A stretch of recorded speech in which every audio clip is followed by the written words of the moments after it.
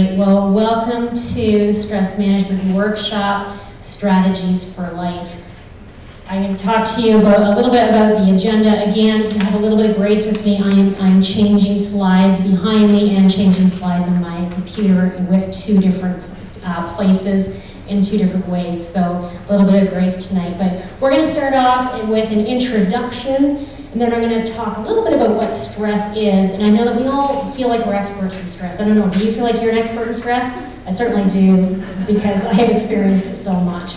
But we're going to talk a little bit about it from a different viewpoint to give us a little bit of a new perspective on it. Then we're going to get really practical, and I'm going to train you on 3 stress management techniques. So each and every one of you will leave here tonight knowing what you can do the next time that you get stressed out. Right? We're actually going to practice it together, because I'm a big believer that you should leave actually having a new tool in your tool belt. All right? Then I'll give you a couple of resources. We're going to turn off the camera at that point, and we're going to have some Q&A. All right? So hold your questions to the end, but write them down, because I love answering your questions. All right? So a little bit of background. I started off in healthcare as a registered massage therapist, working with traumatic motor vehicle accident survivors at St. Mary's Hospital in town, as well as my own clinic. Then I retrained in leadership development and worked in a local nonprofit for the next almost 15 years, project management, leadership development, and, as some of you know, also in crisis. I was on a crisis line 24 hours, 7 days a week. And that was a big piece of what led to burnout. So I went through burnout and compassion fatigue. And when that happened, I needed to resign from my job because I physically could not do it anymore. It took 5 years until I could work again. So during that time, and since then, I have researched for years what causes burnout and compassion fatigue. How do you recover from it? And I've created proprietary models to do that. And now I own a business called Breakthrough Personal and Professional Development, and I focus on burnout prevention and organizational culture. Because here's the thing, happy, healthy employees create healthy organizations that thrive. So I work with companies all the way from healthcare to corporate to nonprofits to municipalities and churches as well.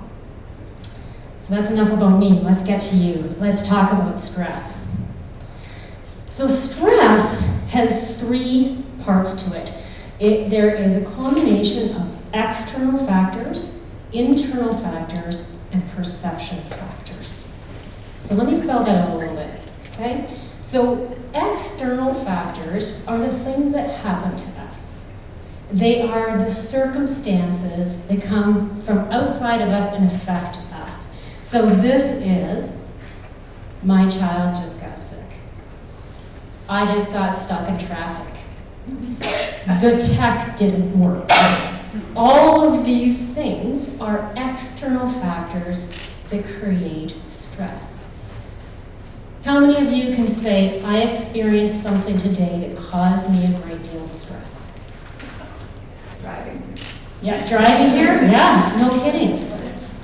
Some of us have little things that cause us stress throughout the day, and some of us have big overriding things that are kind of going in the background all the time. Kind of like your computer. I've got my keynote up right now, but there's also a whole bunch of other things going on in the background. It's like that stress is going on in the background, okay? So we've got those external forces as the things that happen to us. Then there are the internal factors. The internal factors are the way that we react and respond to those external things. So those are our thoughts, our emotions, and our behaviors.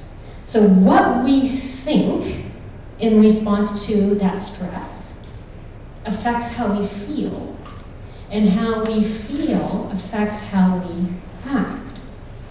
So think someone over here said that you were stuck in traffic on the way here. Is that right? Yeah. Isn't that wonderful? So if you're stuck in traffic, you think you're going to be late, you really want to get somewhere, and you have a thought of, oh no, there's no way I'm going to get there in time. My friend's going to be really angry at me. You can see that that is going to affect how you feel.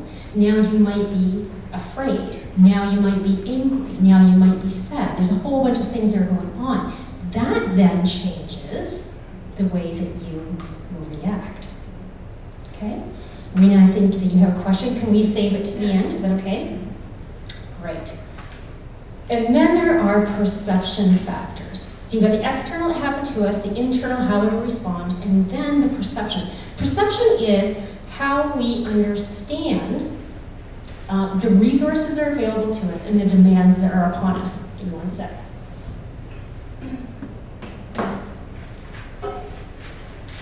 I'm at the end of a cold and just need a little bit of water. So let me give you an example. Let's just say an external factor happens to you. You've got a project at work that is stressing you out. It is due tomorrow at 5. You think you can probably pull it off, but you go into work tomorrow morning and some type of emergency happens that derails your day. Now there's no way you're going to get it done. That's the external factor. Your internal factors might start saying, oh no, I'm going to look like an idiot in front of my boss. Okay, how does that make you feel? Maybe afraid, more stressed, really concerned, maybe scared, sad, you name it. Okay? Then there are these perception factors. So there's the perception that I still have to get this done the way I expected, no matter what. Most of us think that way. But what if the demand could change?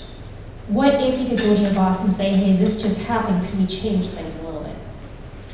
What if we said, you know what, I know it has to be done, there's no choice here. So I'm going to do things differently. It doesn't always work out that way, but this is where our perception of demands come in, and then perception of our resources. So what's available to us? Is there somebody else who could help me? Is there a different way I can look at this? All right, so there's these 3 factors. Now, tonight, we're just going to be focusing on the second one, and that is how we respond to stress.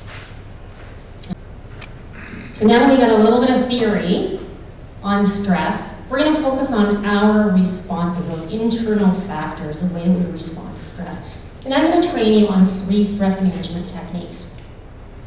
The first one is mindfulness. How many of you have heard of mindfulness before? Yay. How many of you practice this? Yay.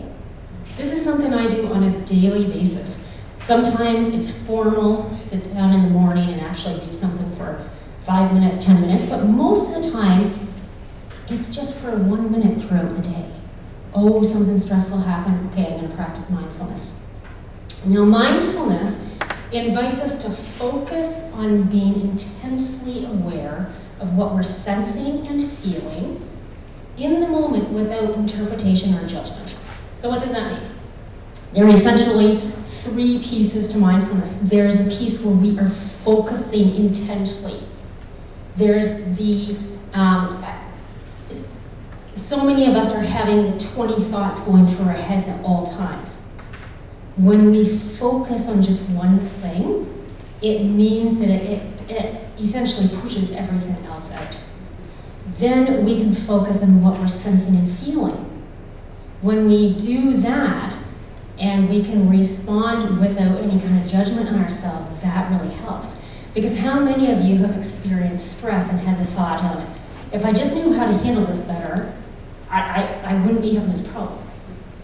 I bet somebody else who looks better or acts better or whatever could handle this better than me. Those judgments cause us all kinds of stress. So there's no judgment with it. There are a few different ways that you can practice mindfulness. One is using our breath. It's always available to us, so we can focus on that very intently. I'm going to train you on one with the breath tonight. There's prayer. For some of us, we love to spend our time in prayer and be able to talk to God about our problems. When we focus very intently on that, I would say that's mindfulness. For those of us who would read scripture or recite that to remember promises, that is a type of mindfulness. And then there's things like exercise. If you enjoy the exercise, some of you will, some of you won't, but you can think of being out in the woods and going for a walk and you feel like $1,000,000 and it's all that you're aware of. I used to run marathons and you had to be so incredibly focused. I know another runner over here. And when you can be focused, it can be like mindfulness. Now, mindfulness helps us by stopping our minds from spinning. It calms us down, decreases our stress, and makes us happier and healthier. So let's look at an actual practice. We're going to look at how we can use our breath to bring ourselves calm. And here's the thing, every one of the 3 stress management techniques we're going to practice tonight are free. They're available to us at all times. It does not matter your background, your socioeconomic background, anything like that. It's available to all of us. Now, here's an interesting thing. When you are stressed, where do you feel it in your body? Anybody tell me? Yes, right, up in your chest. Or in your diaphragm. Sure, yes. Or your back. Yep, you're right. Now, if you're breathing really well, you're relaxed, think about being in a yoga class. Where do they tell you to breathe from? Somebody knows the answer to this. Diaphragm, right, your belly. So the interesting thing is when we are stressed, we have a nerve called the vagus nerve that causes us to start breathing from our chest. But we have a biofeedback mechanism that if we start breathing from our diaphragm instead, it tells our brain that we no longer need to be stressed. It works both ways. It's this fascinating thing we have available to us. So the first thing that we are going to do is actually practice breathing from our diaphragm. Because I'm going to teach you this technique called box breathing. And it is a technique that firefighters, I don't know if you as police ever learned this, military, they use this in order to be able to calm down in different situations. So the first thing we need to do is to deep breathe. So you're going to have everybody take your hand, put it on your belly. Great. And I just want you to breathe and just notice what you're feeling. And then what I want you to do is take a deep breath and try to have it come from the belly.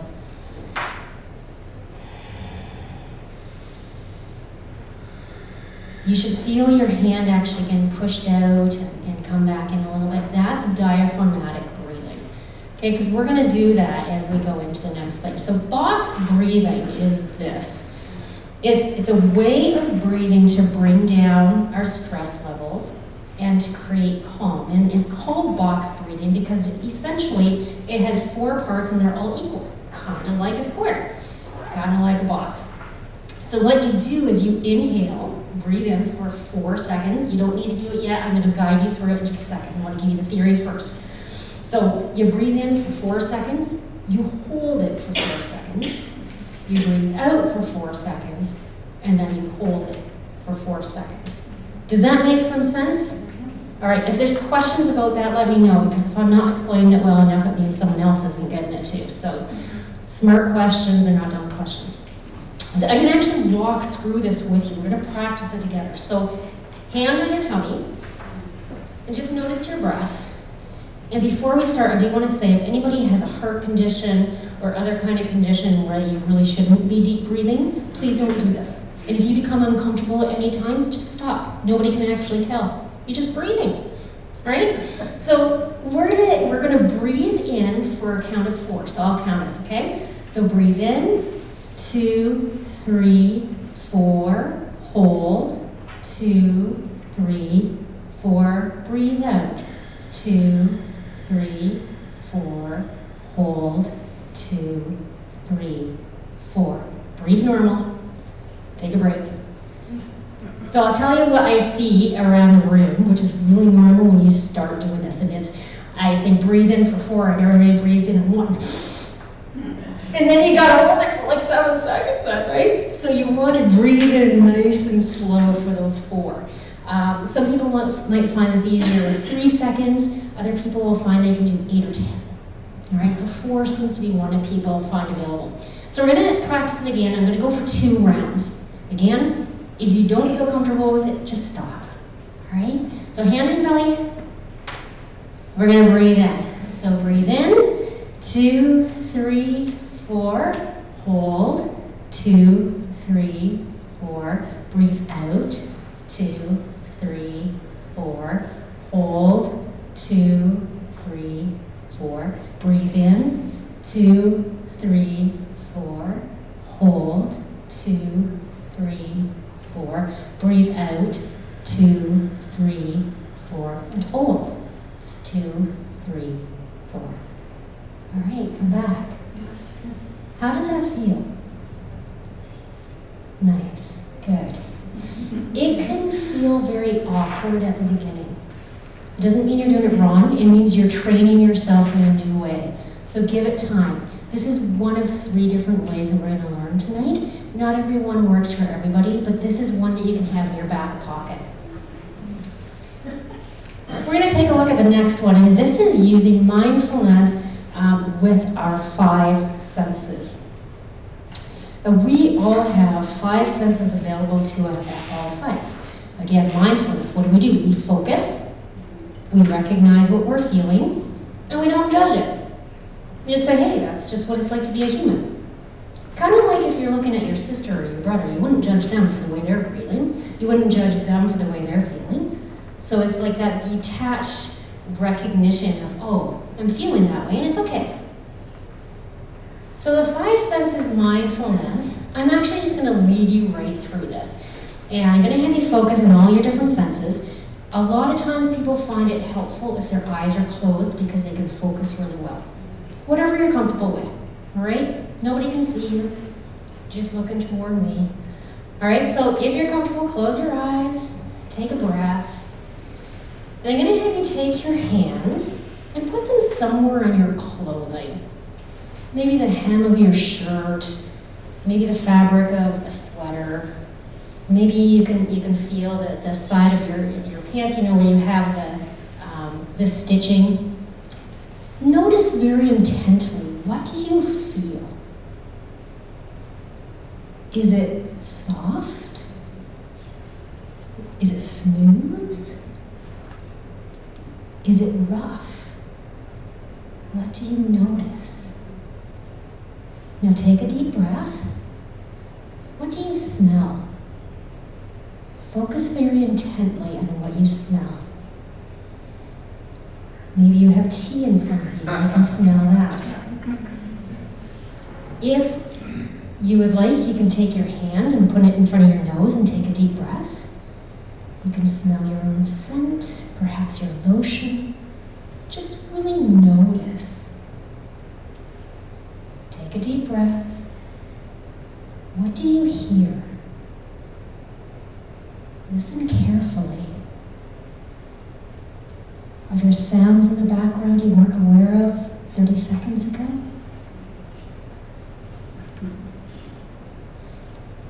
Now notice what you taste.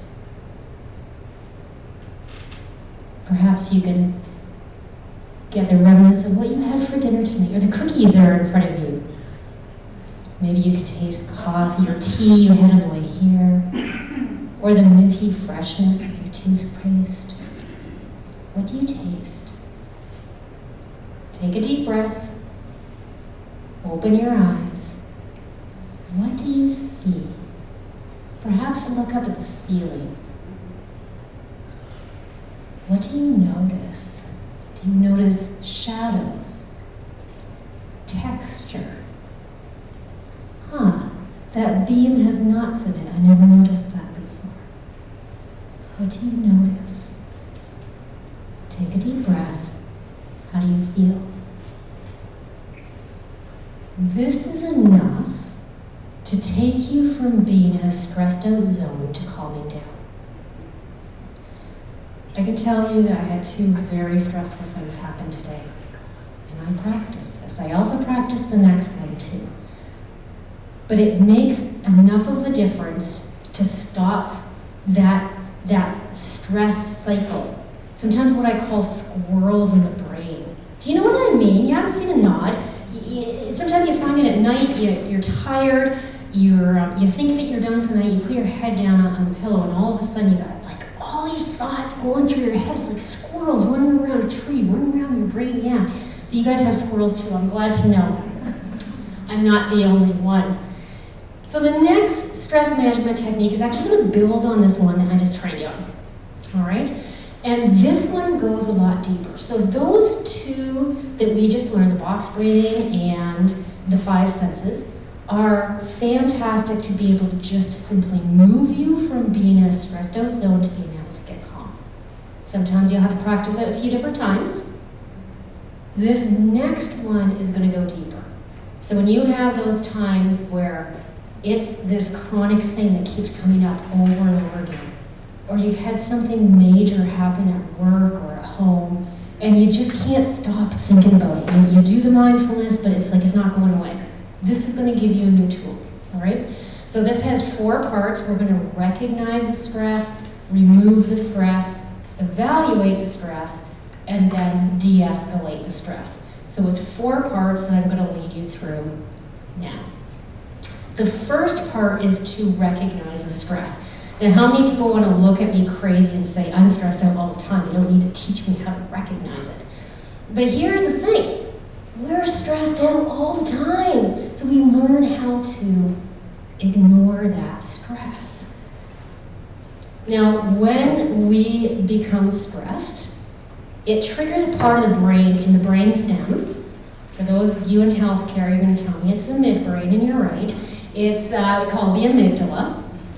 And that tells the adrenals that sit on top of your kidneys to pump out cortisol and adrenaline. How many of you have heard of those? Yeah. Okay. Then what that does is it prepares us for a fight, flight, or freeze response. So as humans, when we go into stress, there are 2 major ways that we would naturally respond. One is to fight, one is to flee. Right? So sometimes it's easier to see in the animal kingdom. Fight. If you went up and picked a fight with a lion, do you think they're going to run away from you? No. What are they going to do? Yeah, they're going to eat you. Exactly. They're going to fight till their death. That is their natural response. That's one of 2 natural responses for us. The other natural response for us is flight. So I'm a farm girl. I've owned horses most of my life. If you don't relate to the whole horse thing, think of a deer. They are very, very similar. Imagine that you're walking through the forest and you make a noise and a deer hears you, or you're walking through a paddock and a horse didn't know you were there, and you make a noise. What's going to happen? What are they going to do? You're going to Out of dodge, right? Yeah, they're going to flee. So that's our other way of responding to stress. Now, there is a third way, and you'll see this with squirrels. You ever see this? You see it with bunny rabbits too. You go into your garden, and all of a sudden they're doing this. And you're wondering, what just happened? There's a freeze response. And that's very natural for them. For humans, it's not natural. It's actually a trauma response. So it's not where we want to go, but we're seeing it a lot in our society. Now, this fight, flight, or freeze response is actually very helpful. It's for survival.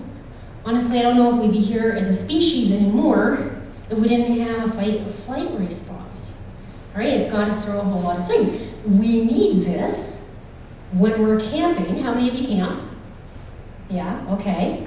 If you're camping and a bear comes out, I have a sister who lives 8 hours north. She's got bears all around.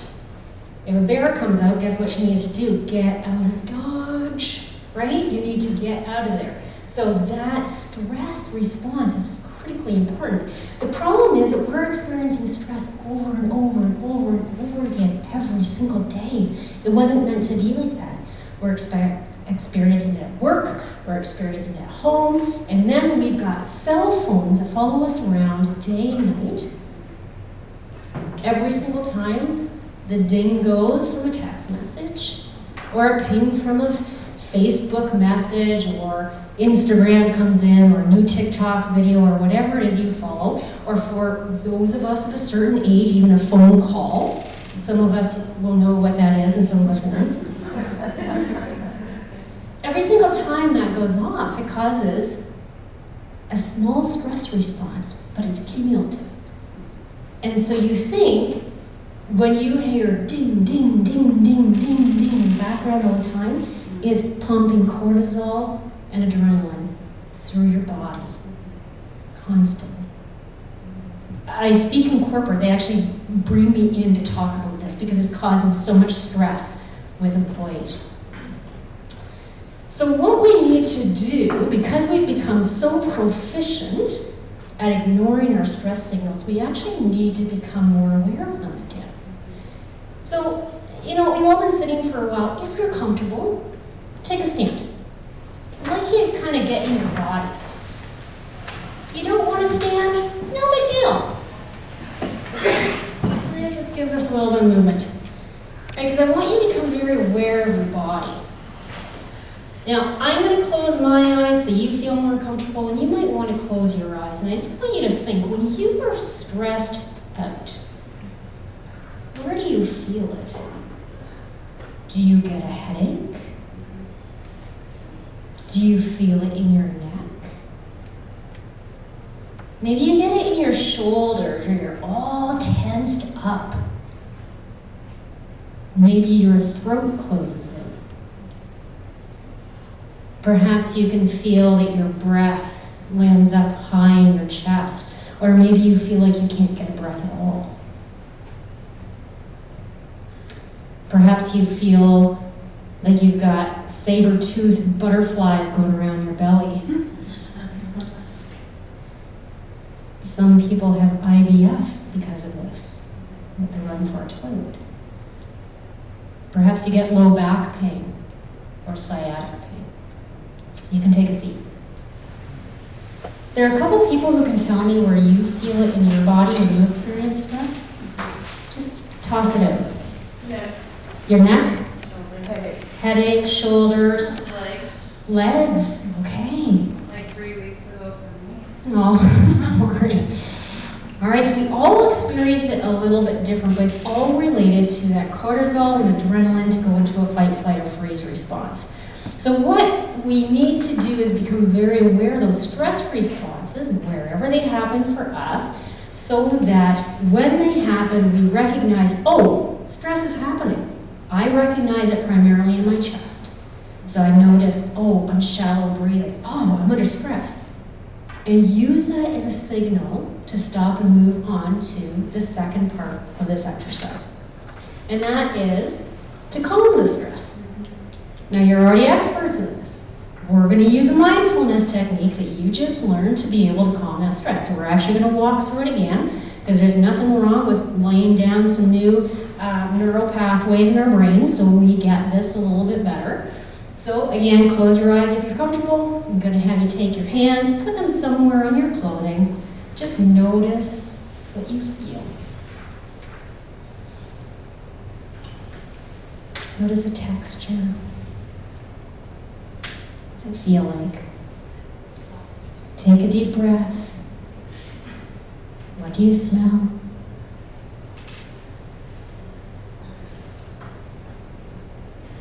Breathe again. Focus on your hearing. What do you hear?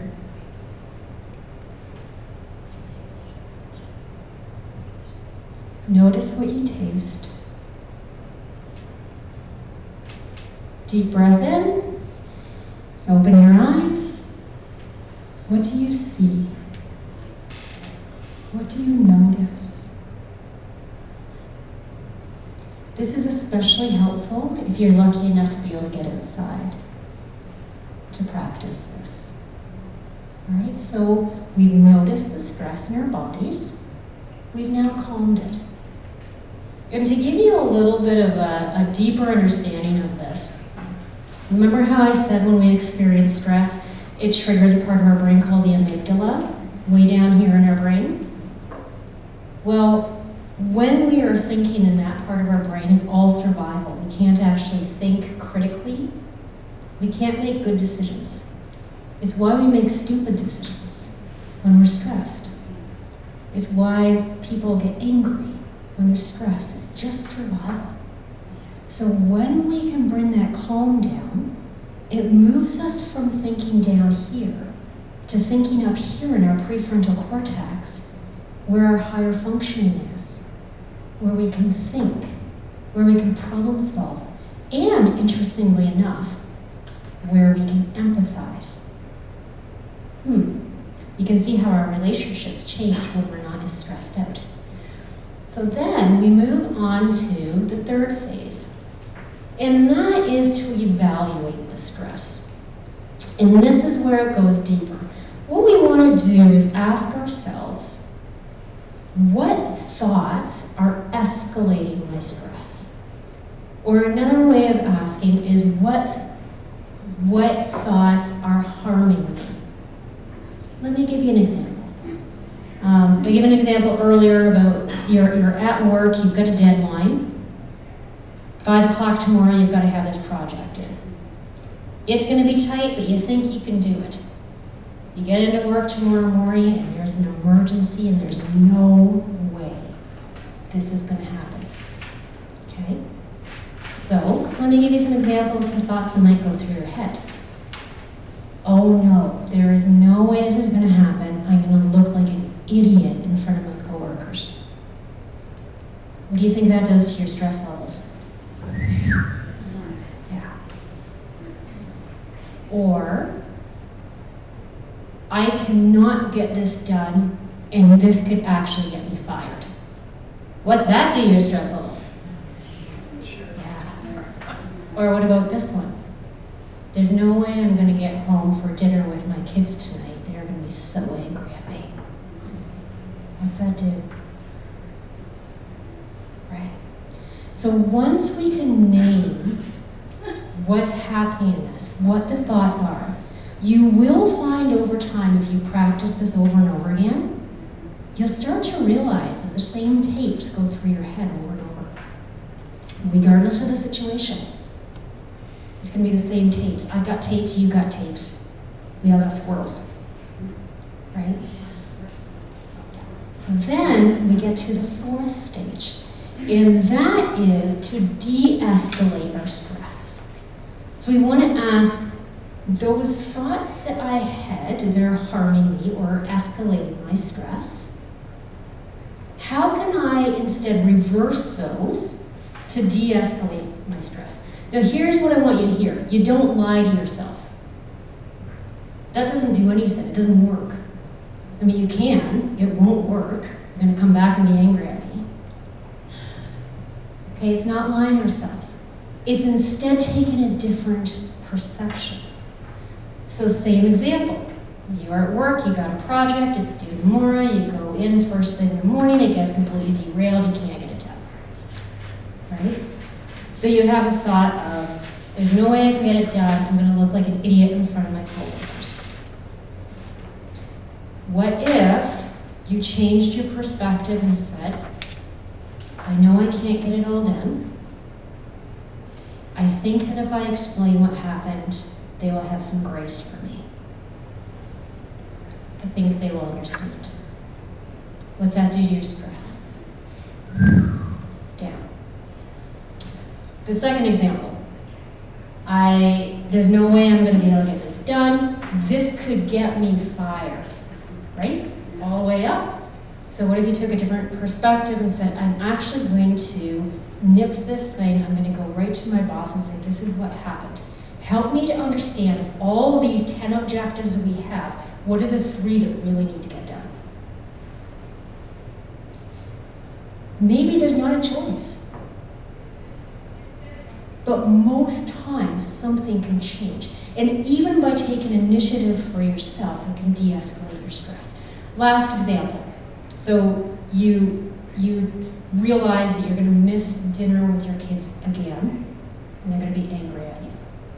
So what if you say, I know that I'm going to be missing dinner with my kids, but I know grandma, grandpa, spouse, neighbor, whoever, they're feeding them. It's okay. They're safe. I'm going to be home in time to be able to snuggle with them before bed. It's going to be okay. Let's do your stress. All right?